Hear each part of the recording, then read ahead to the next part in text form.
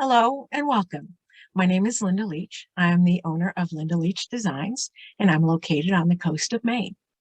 I've been a mixed media and polymer clay artist since 2003, and I've been an oil painter since I was 11. My newest technique, creating an enamel type of surface using liquid clay and colorants, starts with a carved silicone sheet that I can use my own designs and then create my own molds, which can be used again and again with different colors so that my work is featured rather than another artist's texture. So today, what I'd like to do is show you some examples of the veneers that are created using these silicone molds, and then show you how that process gets done by painting one of the molds that's already been created. So here we go.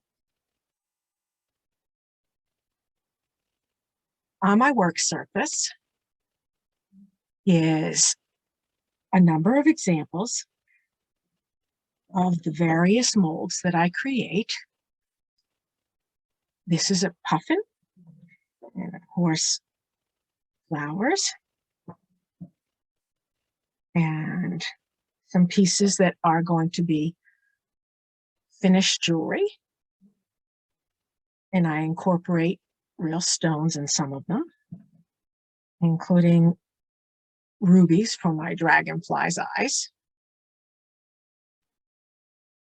and earrings, and the latest, the fan design, and these little sunflowers that I will finish off into pins. And my goldfish here, which will be a pin as well. Now, this piece that I'm working on is polymer clay underneath, and the liquid clay has been put into the mold and just highlights the ridges and has made wells so that I can then put the liquid clay and colorant in the wells. Now, what this liquid clay comes in translucent, and I take various mica powders, in this case blue, and I make a number of values of the blue, and I put them into these sample paint containers so that I can use them again and again. So what I'm going to do right now is I'm going to start with the lightest blue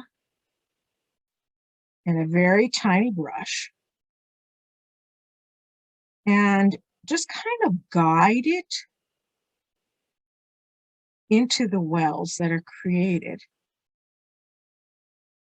using the liquid clay as a ridge.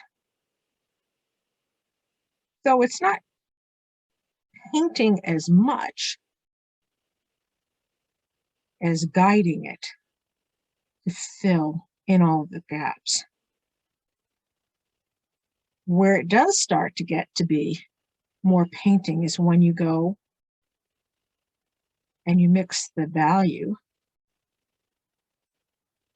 together and make a gradient. Liquid clay is self-leveling, but with the mica powder in it, it's quite a bit thicker. So you just kind of have to nudge it.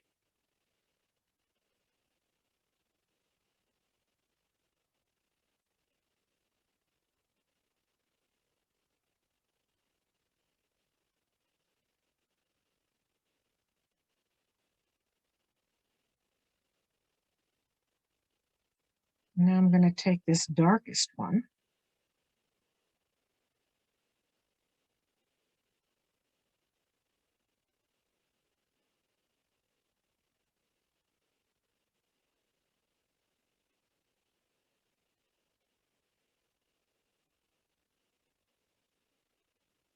fill in the rest of these little apostrophe shapes.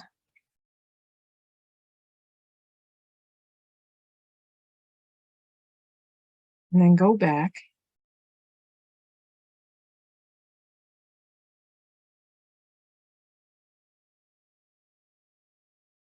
and try and put them all together.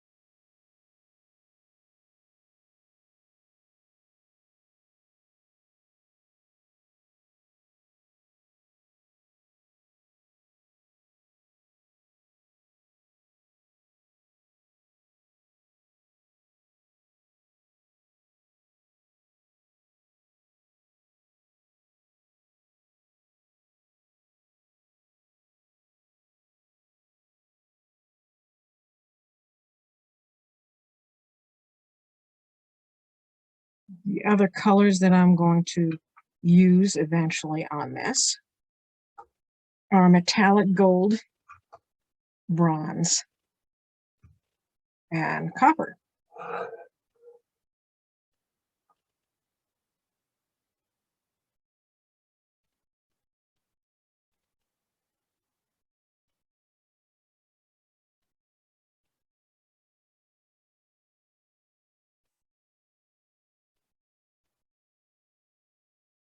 Yes, you can overfill it.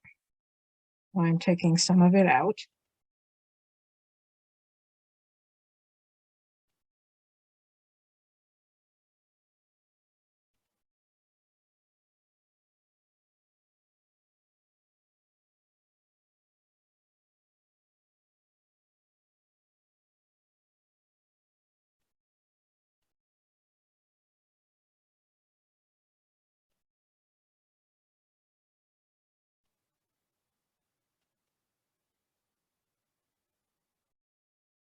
Because the mica powder is mixed with translucent liquid clay, you may be able to see some of the blue from underneath. And you have to kind of plan for that. Sometimes you have to go back and repaint it. When I get done with my first coat here, I will put it in the oven, 275 degrees for about 40 minutes. You can do it in sections. You don't have to paint all of them at once. And you can rebake this again and again as necessary.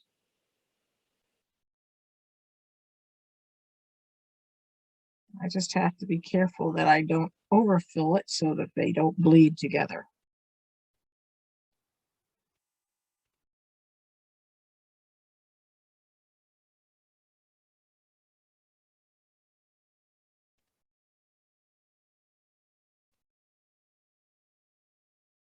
This design kind of reminds me of flames a little bit, which I guess is why I'm using these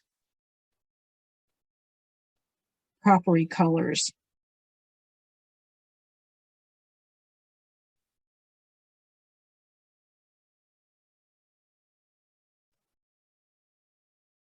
Well, I think you get the idea.